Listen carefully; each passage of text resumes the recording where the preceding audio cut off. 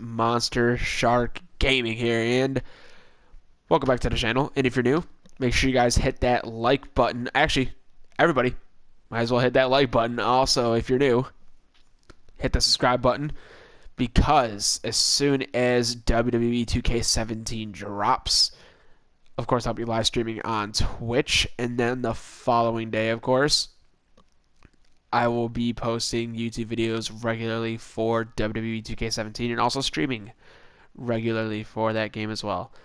So this video, as you can tell by the title, these are my impressions on all the videos I've seen of, like Dink Ops, CM Pulse. I've watched one from Element Games, I believe, and then one from Tony Pizza Guy. And I have to say, WWE really is, or 2K is really stepping it up this year. Like, really stepping it up.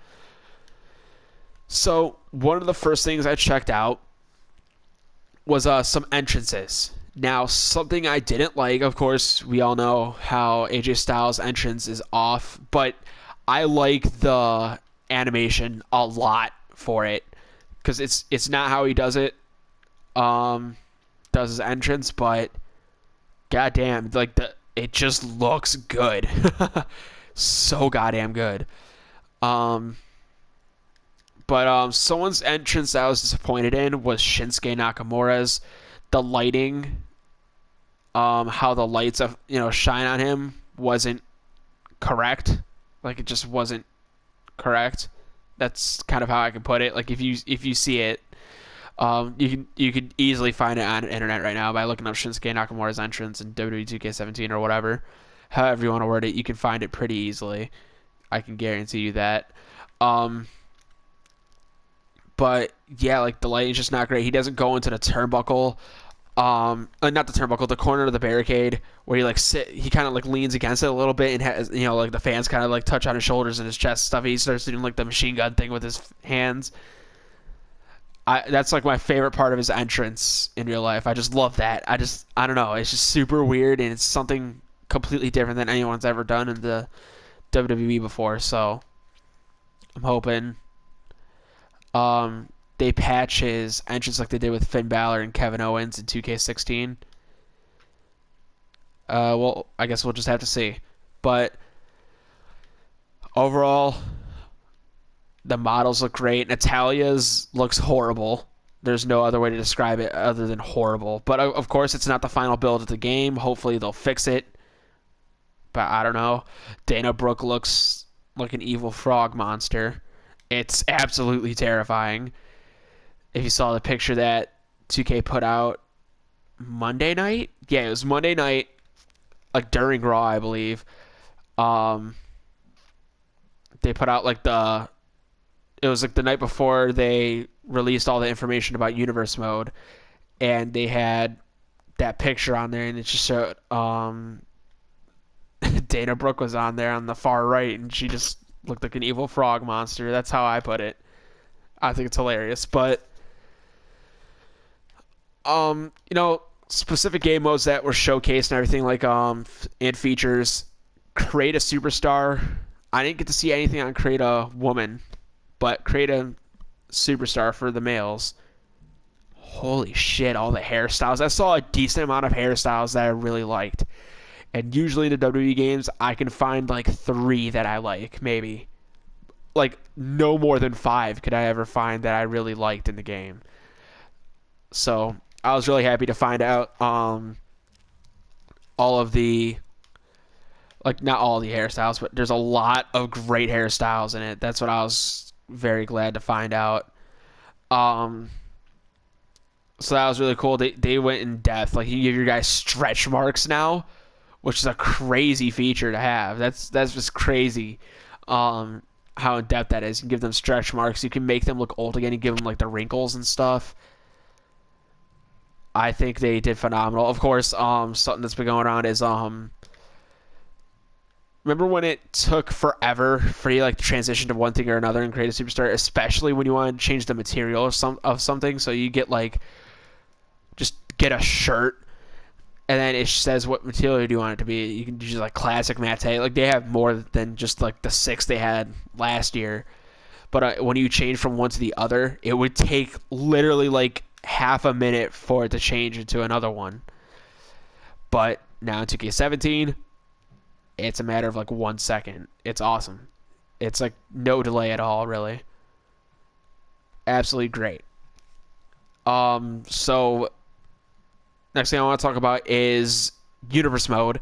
And for Universe Mode, it looks like they improved, but really it looks like the main thing they really did was add the promo stuff and change the layout of Universe Mode.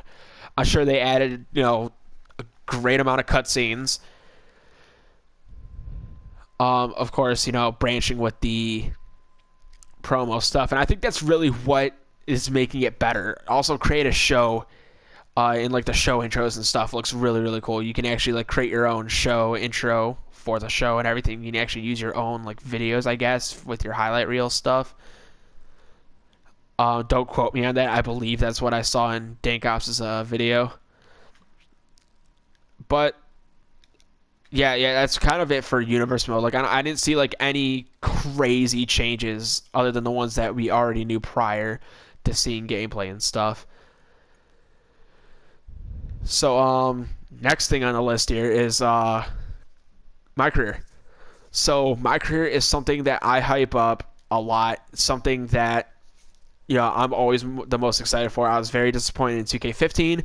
I was disappointed in 2K16 as well, though it was better than 2K15. It still wasn't good. Now, in 2K17, they have what I feared they would have, and that's the authority meter. I don't know how that's going to play exactly, but I hope that doesn't mean your only storylines are with the fucking authority. I really hope that's not the goddamn case, because that's how it was in 2K16. You had the only rivalries or the only cutscenes really that you could ever have are with the authority. It has something to do with the authority, and that was extremely aggravating because I would love to have just Kevin Owens to come out and say like, yo, fuck you, I want to beat your ass. And I'd be like, you know what? Fuck you, I want to beat your ass, So it looks like you can do that now because you can actually call out people in career mode. You can actually have someone else come out like during your promo or something like that, and you can have like a promo face off.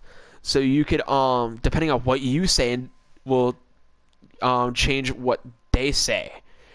And they could be the heel, you'll be the face, and then you can kind of like play to the crowd. And there's like 4 options for each time you want to cut a part of the promo, and depending on what you choose is how over you'll get with the fans, is how the fans react to you. There's also different types of crowds. There could be a hardcore crowd, there could be a casual crowd, there could be like an easy crowd or something. There's just so much. There's just so much now in career mode. And now I don't know if I'm going to be able to do the scheduled Paul Heyman guy stream or not, because like the scheduled stream is still happening, but whether it's a Paul Heyman guy stream or not, I don't know, because it all depends on how well you do in the tutorial. That's how it decides if you're able to go to the main roster or stay in NXT, which is pretty fucking good, actually. I thought it was really weird at first, but then when I actually got to see it in Dakov's video and CM Pulse's video, I thought it was a really cool idea. It's just, if they think you're ready to go straight to the main roster, you could just go right to the main roster. That's really cool. And you can choose yourself when you want to cut your promo. You could do it at the end of the show. You could do it in the middle of the show, whatever. It's really cool. They have like promo slots in between matches and stuff, so you can choose when you cut your promo. And then you can call out somebody. And then you can form a tag team that way. You can disband a tag team that way.